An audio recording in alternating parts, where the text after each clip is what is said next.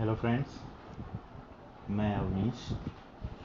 आज हम डिस्कस करेंगे डिफरेंट प्लैनेट्स जो हमारे ज्योतिष शास्त्र में हैं और उनकी प्रॉपर्टीज़ के बारे में। तो सबसे पहले तो ये बात करते हैं कि कितने प्लैनेट्स होते हैं। तो अगर आप डिटेल डिस्कशन में जाएं तो आपको 9 से ज़्यादा प्लैनेट मिलेंगे।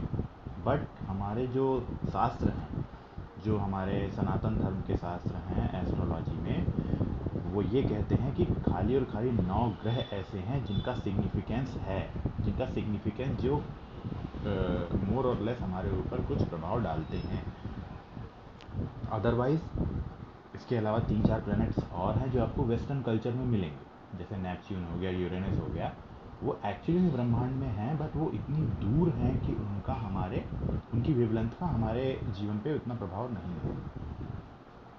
सेकेंड थिंग इज़ दैट कि हम अपने शास्त्रों में चंद्रमा को मोर वैल्यू देते हैं, ज़्यादा वैल्यू देते हैं in comparison to sun. In western culture वो सन को ज़्यादा वैल्यू देते हैं, हम मून को ज़्यादा वैल्यू देते हैं, because moon is the nearest one planet which is able to affect us, means in a vast areas. अगर मैं आपको मून की बात करूँ तो ये इतना इंटरेस्टिंग फैक्ट है कि मून का नमक के साथ या साल्ट के साथ इतना डीप रिलेशन है कि आप देखो, जब भी पूर्णिमा, अमावस्या, इसमें जो आपको समुद्र में जो ये हाई टाइड्स आती हैं या टाइड्स पे जो असर होता है उनका, वो उसमें घुले हुए साल्ट की वजह से होता है। तो आप ये देखो कि अगर आप किसी भी तरह से एंजाइटी के पेशेंट हो और आपके ब्लड में नमक ज़्यादा है, तो मून के मोशन से आपको फ़र्क पड़ेगा, आपका ब्लड प्रेशर अप डाउन होगा।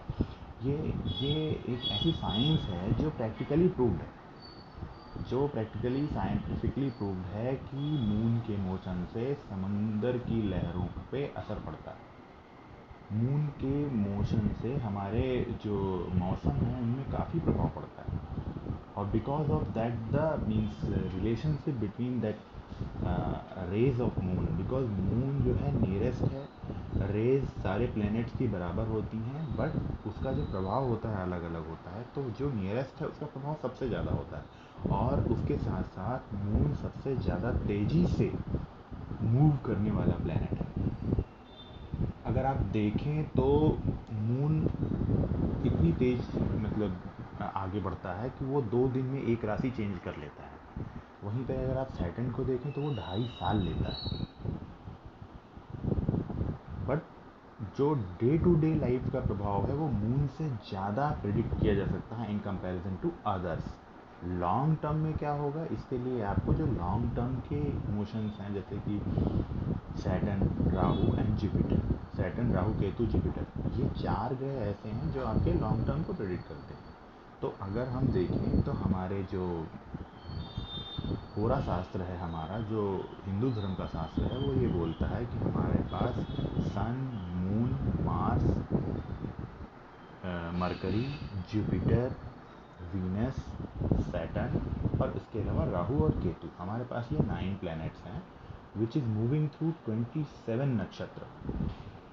एंड इन ये 27 नक्षत्र भी 12 राशियों में बटे हुए हैं, नियर अबाउट 2 and 2.3 नक्षत्र पर राशि।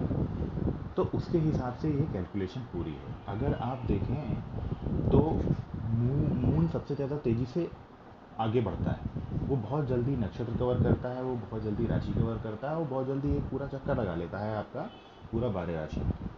तो मून जो है आपकी डे टू डे लाइफ को जल्दी प्रेडिक्ट करता है।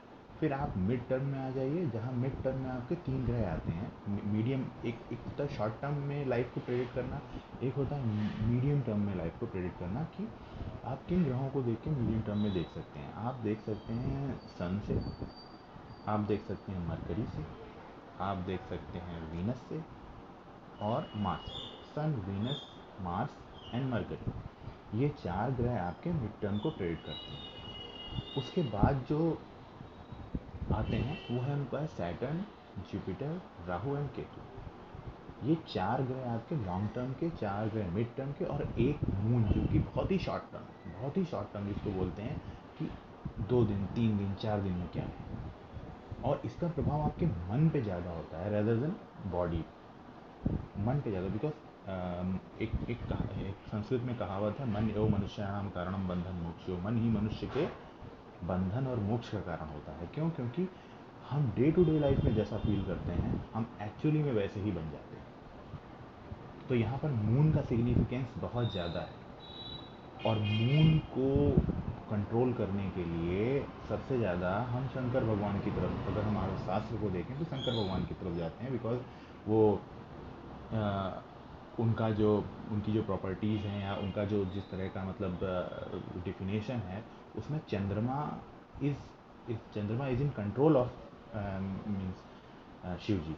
तो हम शिव जी को जल चढ़ाते हैं, उसको उसको जितना कंट्रोल करने की ताकत वहाँ से मिल सकती है वो हमारे शास्त्रों के हिसाब से और कहीं से भी नहीं। तो दिस इज क्लियर पॉइंट कि आपका मून जितना स्ट्रांग होगा किसी भी कुंडली में, उसकी लाइफ में और शायद दिक्कतें चाहे जैसी हों, बट वो इंसान आपको बहुत कूल सा दिखेगा, रिलैक्स सा दिखेगा, मतलब इर्रिस्पेक्टिव ऑफ सिचुएशन वो रिलैक्सेशन उसके अंदर बहुत रहता है।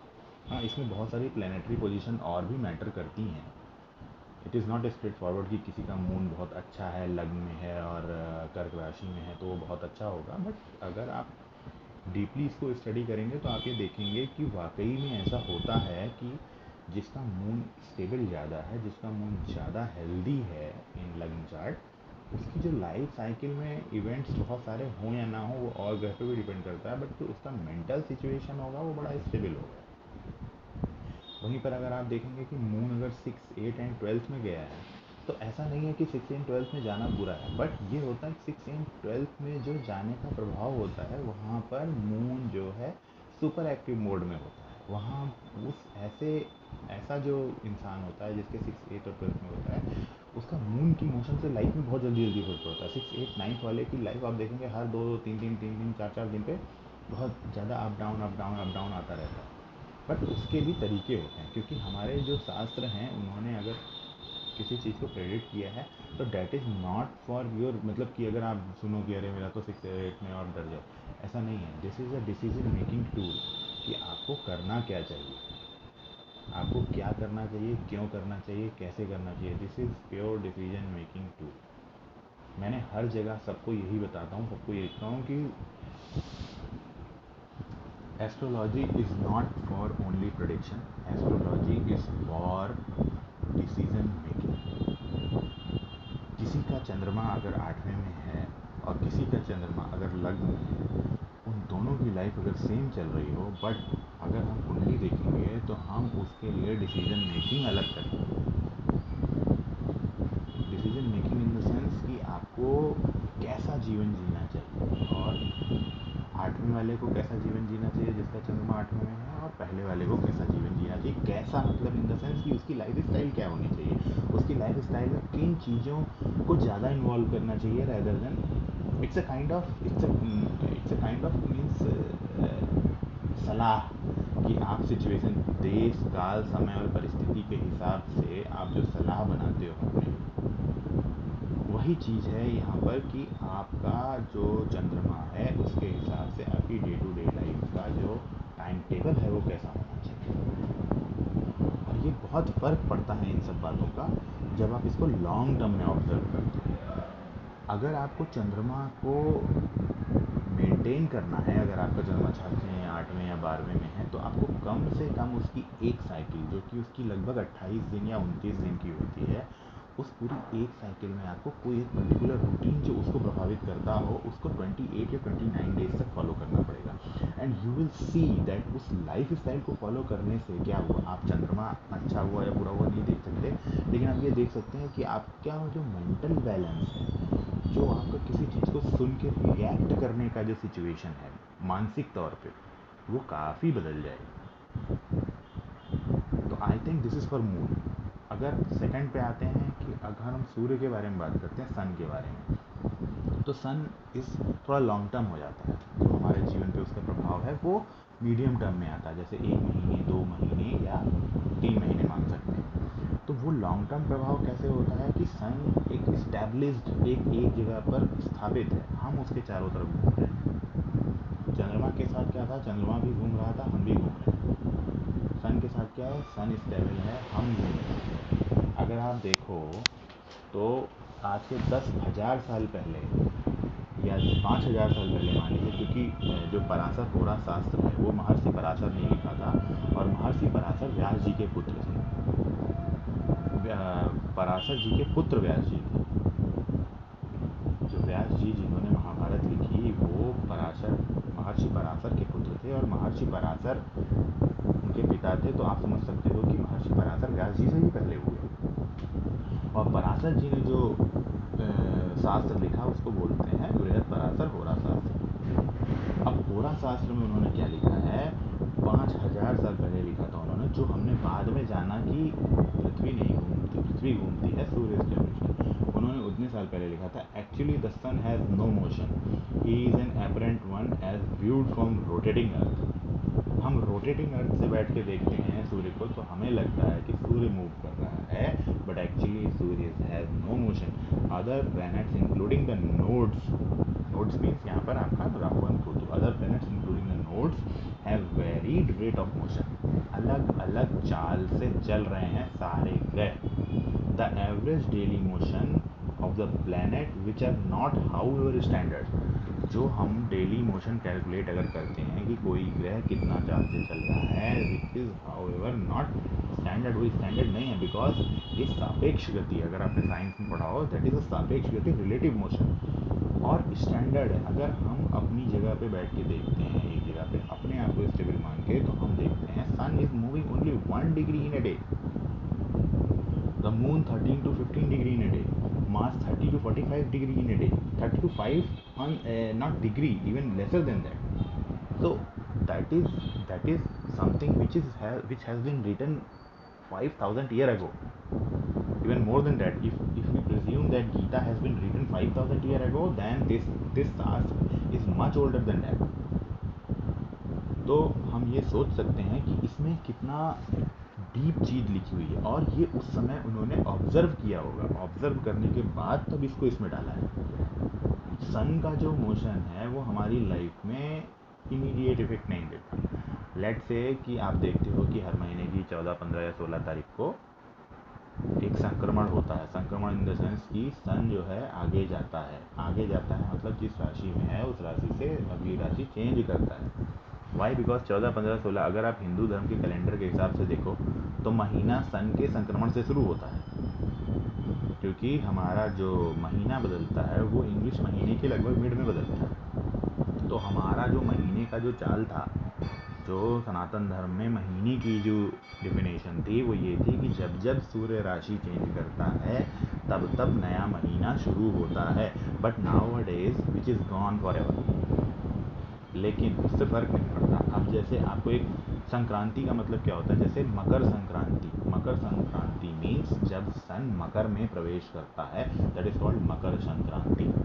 सन जब मकर में प्रवेश किया, that is called Makar Sankranti. ऐसे ही उसके अगले महीने कुंभ संक्रांति होती है, उसके अगले महीने मीन संक्रांति, उसके अगले महीने मेष संक्रांति, उसके अगले महीने वृष संक्रांति, मिथुन संक्रांति, कर्क संक्रांति, सिंह संक्रांति और कन्या संक्रांति, तुला संक्रांति।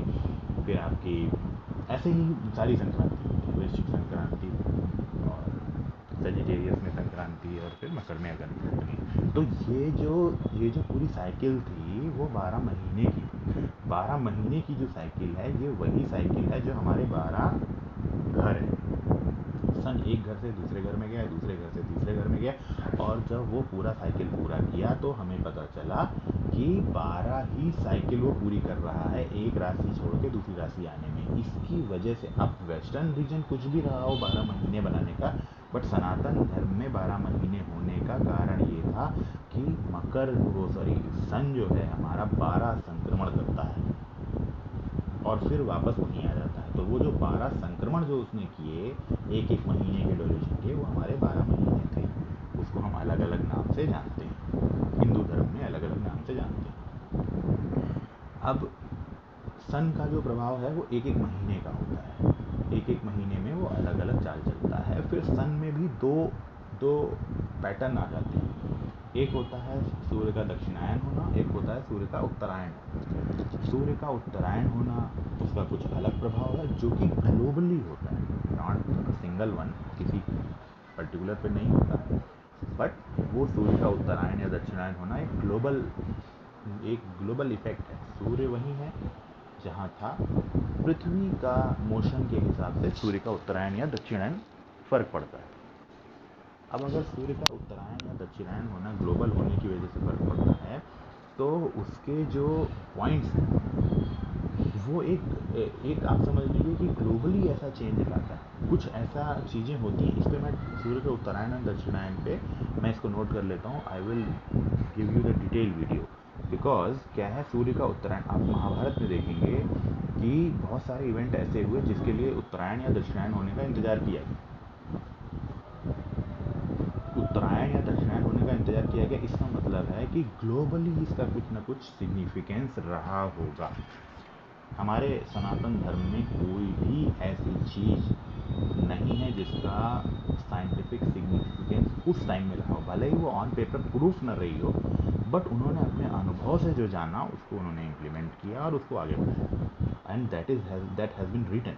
अब वो लिखा गया इसलिए कि आगे के लोगों को उसका सपोर्ट मिल सके, बट आगे के लोगों को सपोर्ट मिलता उससे पहले क्या हो गया कि अंग्रेज़ों का पूरी दुनिया पे जहाँ सूरज डूबता नहीं था उनका प्रचार हो गया, और हमारे जैसी कितनी सभ्यताएं ऐसी थी जो पुराने से बहुत ही कल्चर मिक्स थी, जिनके कल्चर उनके खून में बसे हुए थे, बट वो धीरे धीरे वैनिश्ड हो गई। बट जो हमारी सनातन संस्कृति है एक्चुअली इतना रूटेड थी, इतना ज़्यादा डीप रूटेड थी कि इसको वो निकाल नहीं पाए, बिकॉज क्या है कि हमारा सुबह से लेके शाम तक हमारी संस्कृति के हिसाब से ही काम होता था।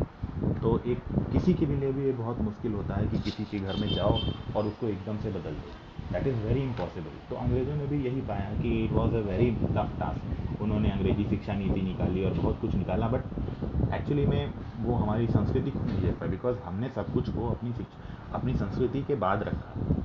लाइक आज भी अगर आप देखिए तो हम अपने कल्चर को पूरा निभाते हैं, जबकि हम इतने एडवांस हो गए हैं। हम हों आप हो, साउथ इंडिया में कार्तिकेय की पूजा आज वैसे ही होती है जैसे मेरे ख्याल से 500 साल पहले होती होगी। महाराष्ट्र में गणेश पूजा आज वैसे ही होती है जैसे 500 साल पहले होती होगी, और बंगाल में दुर्गा जी की पूजा वैसे ही होती है।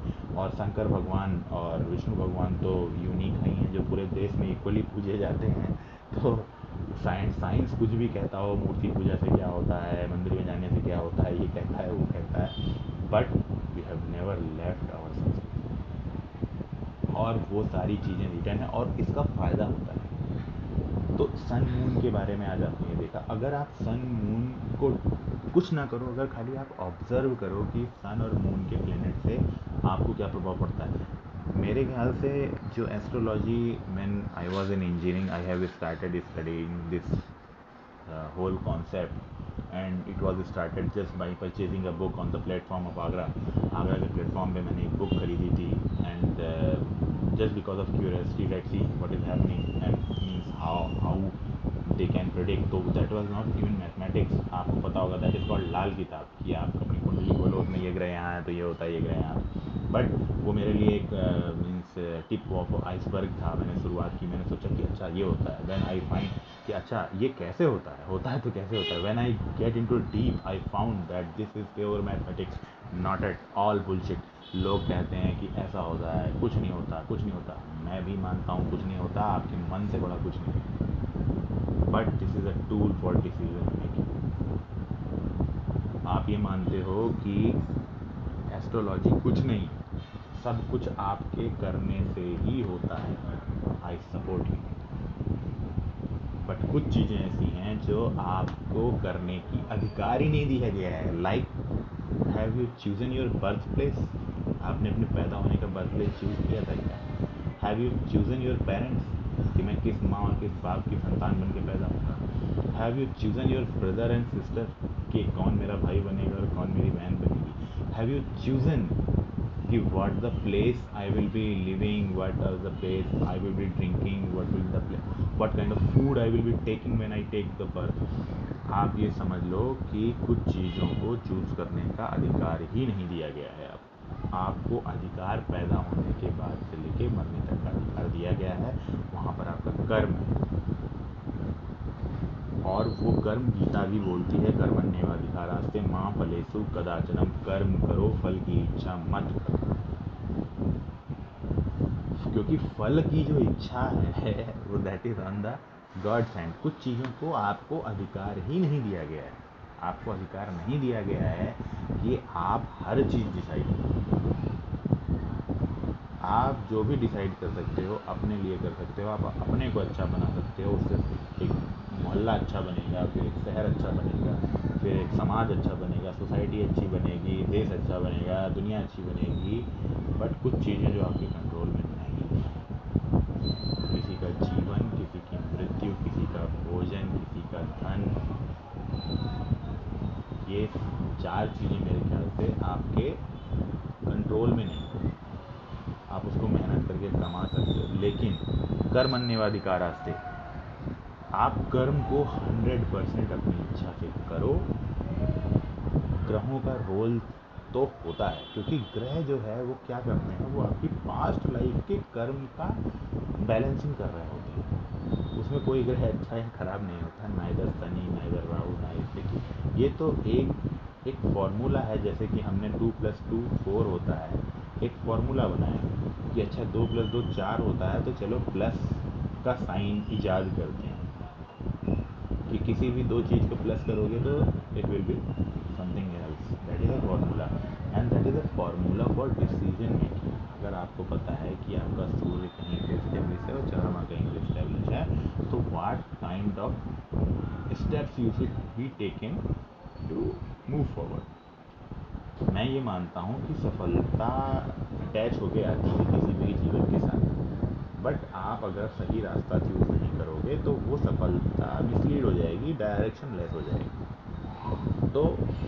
आज मैंने डिस्कस किया सूर्य और चंद्रमा के बारे में, और मैं अपने नेक्स्ट वीडियो में ये कोई 2 नए प्लेनेट पे डिस्कस करूँगा। और ये जो मैं डिस्कशन कर रहा हूँ that is not the bookish concept. ये मैं अभी जो डिस्कशन कर रहा हूँ that is whole to get you means the essence of this phenomena कि ये क्यों है। मतलब है कुछ लोगों के लिए नहीं है सब कुछ बराबर है, बट अगर जिनको क्यूरियोसिटी है कि क्यों है, तो उसके लिए मैंने ये बताया कि there is something means related to this. थोड़ा सा इसका प्रभाव है, और इसको एक डिसीजन मेकिंग टूल की तरह रखिए। और मैं नेक्स्ट वीडियो में आपसे नेक्स्ट 2 प्लैनेट्स के साथ मिलता हूँ।